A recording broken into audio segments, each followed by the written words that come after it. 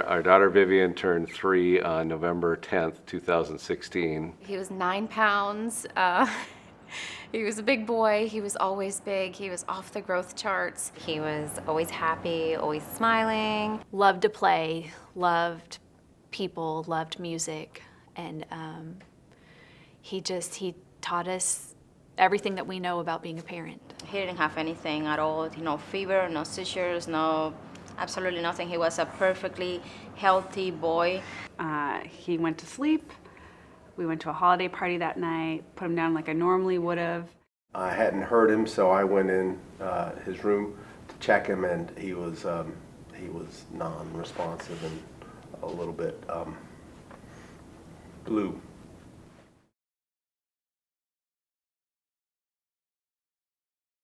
My husband called me at work and said something happened to Nora.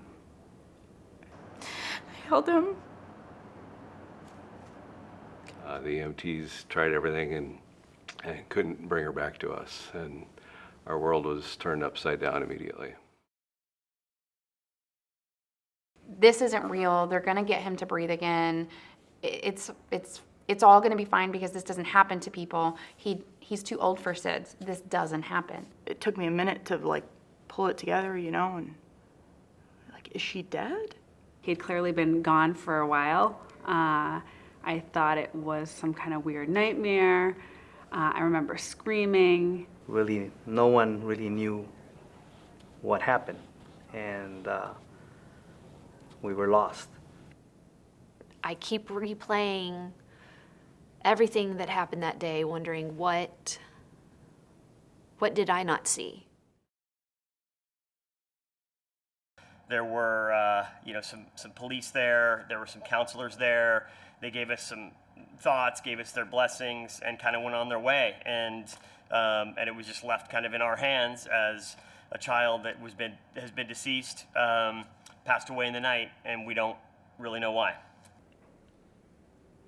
You don't even know how to feel. Like, you almost feel hysterical, as if it's this out-of-body experience. So like your mind is thinking and you're trying to feel, but it's so confused, it doesn't even know what to feel. You're mad, you're in just sheer disbelief that this is taking place. Then nobody would talk to me. I don't know if they thought I hurt my child. I remember he was crying, and I was like just desperate to connect with somebody, and nobody would even look at us. The coroner's office had to get involved, and we had police, we had investigators, we had officers coming to our house and trying to figure out what happened. There's a whole whirlwind of things that happen when your child dies at home. There has to be a death investigation. The police were all at our house.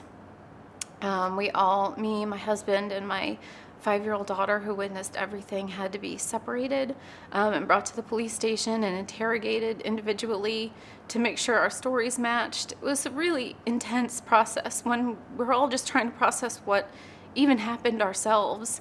My husband was even brought back to our house with a doll to reenact what happened.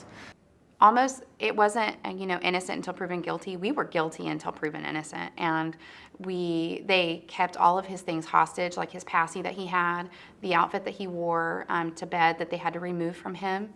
When we went to the hospital, mind you, we had never lost anyone before like this. And so there's that moment when we as parents are like, we want to say goodbye to him. And so we want to give him a kiss. We were completely escorted we had 2 chaplains in the same room with us, a nurse, and 2 military police officers, and we couldn't even get near him. I think in a way they kind of look at you like, right after it happens, like you could be a suspect. It just makes a bad situation worse. And in theory, I understand why it's done. It's an unexplained death of a child. But when you're grieving and shocked and scared and all these other emotions, those kind of investigations just make everything 100 times worse. I never got to say goodbye. I never got to hold him or hold him one more time. And when you think about forever, you think about the grand scheme of things. Like, I never got to say goodbye to my kid. And it's awful that that people treat you like that. And it doesn't change anything. They had already done their investigation, or they had already done the physical inspection of him. So what would change? I didn't even have a bra on at that point. Like, what are we going to hide? What are we going to take from him that they haven't already ripped his clothes off and checked his diaper? I mean, It was like the most loneliest feeling. I just felt like somebody Yeah. could have talked back to us. I mean, we left the hospital with a sheet of paper, basically, like, here's some grief resources. And no one even told us about the medical examiner. No one told us about CPS coming. No one told us about, any of this stuff. This is not something that's really in the medical education. And even my colleagues who had years more experience than me, 30, 35 years of experience, most of them had really never heard of SUDC. We had to first go to the hospital where they declared our son dead. Afterwards, the coroner stepped in and started investigating the cause of death. We had never heard of anything striking in a child that was 2.5 years old. We did everything we're supposed to do.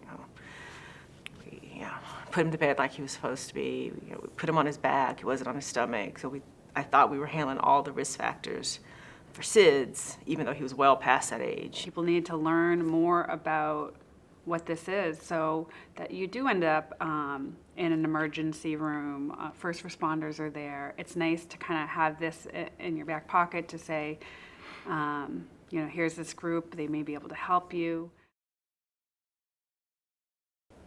I think just getting the word out that there is support and help there. Kind of like Susan G. Komen when you have cancer, or the Jimmy Fund. I mean, this is from Boston area, but when you get cancer, boom, you already know. There's support there, but when this happens, you're left kind of it's unknown. I think people generally do want to help. I think people just don't know how to help. And so in a lot of, emergency departments, I think that part of our medical awareness could be really helping guide them and saying, this is a terrible tragedy, and we know you're going to be shocked when it happens. And we hope you will very rarely have to deal with it. But when you do, we want you to do it right, because it's huge. Like, we will never forget the people who were in our lives. The people in the hospital, we won't forget their faces.